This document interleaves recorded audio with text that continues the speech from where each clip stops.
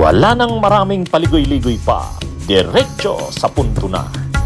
Maiksi lang ang komentaryo, pero diretso sa punto.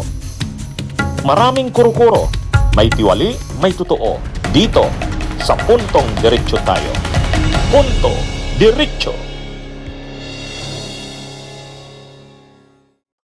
O ngayon mga kabunyog, itong sa ang isa pa, ang kuwa. O ito rin isa pa ito. Itong tungkol sa kuwa, matindi rin pala itong ebidensya tungkol sa kuwa. Ay di ba laging ang sinasabi ng mga DDS, ano naman daw, ang kuwa, binigyan na daw ng clearance. Parang clear na ang Office of the Vice President. Yung mga notice of disallowance na kini-question, wala na yun. Na-clear na siya ng COA. Binigyan na siya ng parang clearance na ibig sabihin in good standing ang opisina ng Vice President. Sa ikatlong sunod na taon, muling nakatanggap ng unmodified opinion mula sa Commission on Audit o COA, ang Office of the Vice President o OVP sa ilalim ni VP Sara Duterte. Ito ang unang inanunsyo ng bagong tagapagsalita ng OVP na si Attorney Ruth Castello sa kanyang unang araw sa pwesto. Ang unmodified opinion ay positibong audit rating na nagpapakita ng maayos, tama at legal na paghawak ng pondo base sa accounting standards. Ayon sa COA, sapat ang ebidensyang kanilang nakalap at malinaw na naipakita ng OVP ang lahat ng mahalagang detalye sa kanilang financial statements. Para sa OVP, patunay ito ng pagiging transparent at responsable sa paggamit ng pondo sa kabila ng mga aligasyon na maling paggamit ng confidential funds. O ngayon mga kabunyog, mga kababayan, di ba ganun lagi yung sinasabi ng mga DDS na ang COA binigyan na ng clearance ang opisina ni Sara, ang OVP at saka yung DepEd. Wala na, clear na si Sara pagdating sa COA. Kaya yung mga ebidensyang ipinipresent daw, wala na yun kasi malinis na ang record ng opisina ni Sara sa COA. Pero ito, mayroong sulat ang COA, actually, sagot ng COA. May sumulat kasi sa COA, pasensya na, hindi ko alam kung sino ito. Tinakpan kasi. Tapos tinakpan din yung perma kasi bawal yan sa data privacy. Pero ito, Republic of the Philippines Commission on Audit, yan Commonwealth Avenue, Quezon City. Commission proper, Office of the Commission Secretariat, February 16, 2026. Ibig sabihin ngayon na ito. Ngayon, tinakpan yung kung sino yung sumulat.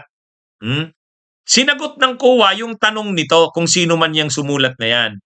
Sabi dito, this refers to your letter dated January 30, 2026, inquiring on the status of Notice of Disallowance, ND, number 2024-002, 2022, dated August 8, 2024, involving the confidential funds of the Office of the Vice President for calendar year 2022.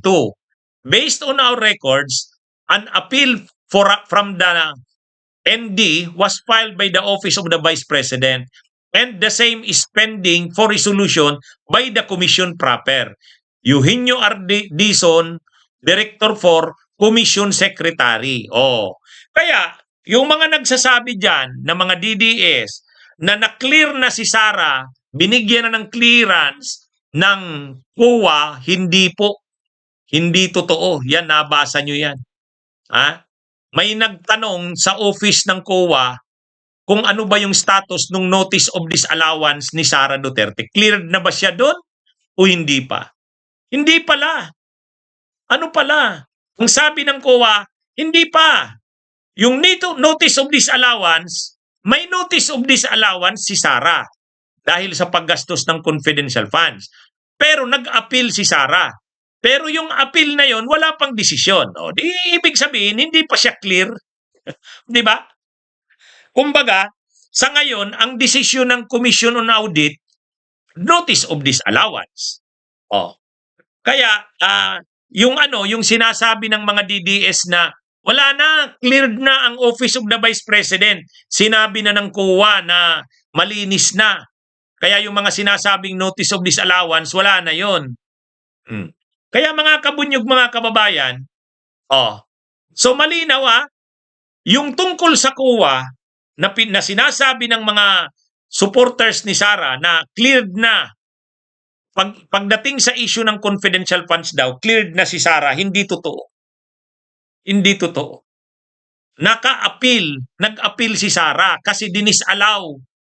Kung ibig sabihin kasi mga kabunyog ng notice of disallowance, nag-liquidate sila ng confidential funds.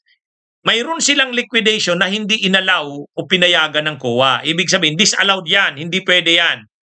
So sa ngayon, may notice of disallowance. Ang ginawa ng opisina ng Vice President, nag-appeal. Pero wala pang desisyon sa appeal na yon.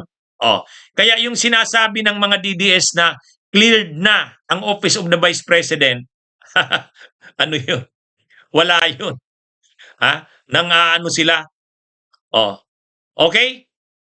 Kaya ito mga kabunyog. So lumilitaw dito, matibay ang mga ebidensya kay Sara Duterte. Yung sa COA na yon, hindi mali yung sinasabi ng mga DDS na hindi na pwedeng magamit yung mga ebidensya sa COA kasi nagdesisyon na daw ang COA na malinis ang opisina. Hindi pala, mga kabunyog. Kaya hanggang ngayon yung desisyon ng COA sa disallowance, yan pa rin. May appeal si Sara pero hindi pa nadidesisyonan yung appeal. Kaya ano ito? Pero yung sabihin ng kampo ng DDS na na-clear na, hindi po. Okay? Kaya mga kabunyog, mga kababayan, ako pinakita ko yung ebidensya ko